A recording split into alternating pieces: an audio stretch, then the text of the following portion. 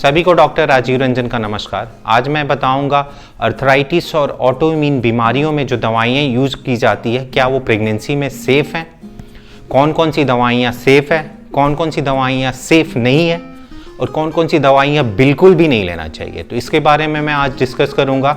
हर एक कुछ दवाइयों के बारे में बताऊँगा जो अर्थराइटिस और ऑटोइम्यून बीमारियों में कॉमनली दी जाती है और क्या वो सेफ़ है। जो आम धारणा है वो है कि कोई भी दवाई प्रेगनेंसी में नहीं ली जाती है और कोई भी गठिया की दवाई नहीं लेनी चाहिए, लेकिन ये एक मिथ है, एक गलत धारणा है। काफ़ी दवाइयाँ सेफ़ हैं जो आप प्रेगनेंसी के पहले और प्रेगनेंसी के समय आप ले सकते हैं। तो जब भी आप प्लान कर रहे हैं तो हमेशा आपको रूमेटोलॉजिस्ट से बताना चाहिए। तो चलिए बात करते हैं एक एक दवाइयों के बारे में, कौन सी सेफ़ हैं, कौन सी कंडीशनली सेफ़ है। कहने का मतलब कि जब देखते हैं कि माँ को ज़्यादा रिस्क है, ज़्यादा बीमारियाँ हैं तो वो दवाई दी जाती है, कौन सी दवाइयाँ बिल्कुल नहीं दी जाती है। सो पहला कैटेगरी जो कि सेफ़ होती है कि ये प्रेगनेंसी के पहले, प्रेगनेंसी के दौरान आप बिल्कुल ले सकते हैं। सो पहली दवाई है हाइड्रोक्सीक्लोरोक्विन। ये बहुत ही सेफ़ दवाई है। इवन काफ़ी डॉक्टर्स और गायनेकोलॉजिस्ट समझते हैं कि ये दवाइयाँ नहीं लेनी चाहिए, लेकिन ऐसा नहीं है।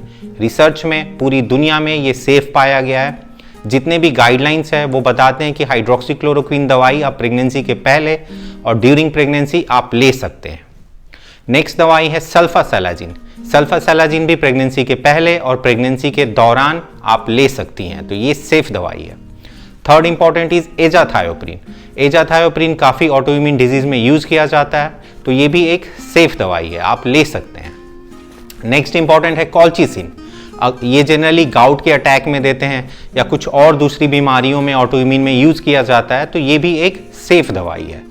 तो ये जो इंपॉर्टेंट मैंने 4-5 दवाइयाँ बताई ये काफ़ी सेफ मानी जाती है।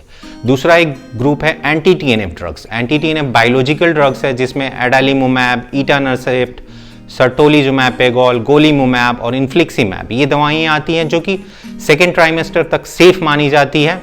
सर्टोलिजुमैब पूरी प्रेगनेंसी में ली जा सकती है, सो ये भी दवाइयाँ सेफ मानी जाती है।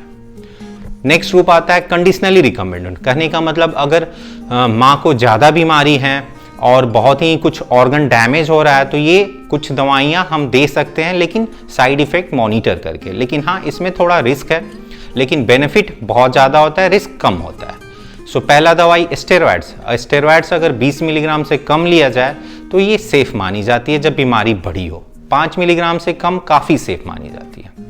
नेक्स्ट इंपॉर्टेंट है कि साइक्लोस्पोरिन, टैक्रोलिमस। ये दवाइयाँ हैं जो काफ़ी ऑटोइम्यून डिजीज़ में यूज़ किया जाता है जहाँ किडनी प्रॉब्लम आती है, सो वहाँ भी ये कंडीशनली रिकमेंड किया जा सकता है। एंटी TNF मैंने पहले ही बताया कि दिया जा सकता है कंडीशनली रिकमेंड। कुछ दवाइयाँ हैं जैसे कि रिटक्सीमैब और साइक्लोफॉस्फेमाइड। ये दवाइयाँ जनरली नहीं देनी चाहिए, लेकिन जब बीमारी अचानक से प्रेगनेंसी में बढ़ जाती है तो देनी पड़ती है। अब बात करते हैं कुछ दवाइयाँ जो बिल्कुल नहीं लेनी चाहिए। पहला है मेथोट्रेक्सेट। मेथोट्रेक्सेट एक टेराटोजेनिक ड्रग है। इसको फॉलीट्रैक्स नाम से आता है या मेक्सेट या मेक्स्ट, काफ़ी नाम से आता है। इसमें जो कंपाउंड होता है वो कैंसर कॉजिंग ड्रग होता है, टेराटोजेनिक होता है और बच्चे को बहुत ही हार्म कर सकता है। तो कभी भी आप ये दवा ले रहे हैं तो प्रेगनेंसी प्लान ना करें। 3 महीना पहले बंद करना होता है, फिर आप प्रेगनेंसी प्लान कर सकते हैं। प्रेगनेंसी के दौरान एक भी खुराक इस दवाई की नहीं लेनी चाहिए। दूसरा है लेफ्लुनामाइड। ये भी एक रूमेटॉइड अर्थराइटिस की दवाई है। ये दवाई जनरली यंग फीमेल्स या जो भी रिसेंटली मैरिड हैं उनको हम कभी नहीं देते हैं, क्योंकि ये दवाई एटलीस्ट आपको 2 साल पहले बंद करना पड़ता है, या फिर वॉश आउट के लिए कुछ दवाइयाँ अगर ब्लड में है वो तो कुछ दवाई दे के उसको वॉश करते हैं, फिर प्रेगनेंसी प्लान के लिए करते हैं। तो जनरली ये यंग फीमेल और मैरिड फीमेल को नहीं दिया जाता है। थर्ड इंपॉर्टेंट दवाई है माइकोफेनोलेट। ये भी दवाई पूरी कॉन्ट्राइंडिकेटेड है। अगर आप ये दवाई ले रहे हैं तो बिल्कुल 3 महीना पहले इसको बंद करें, फिर प्लान करनी चाहिए। प्रेगनेंसी में नहीं दी जाती है।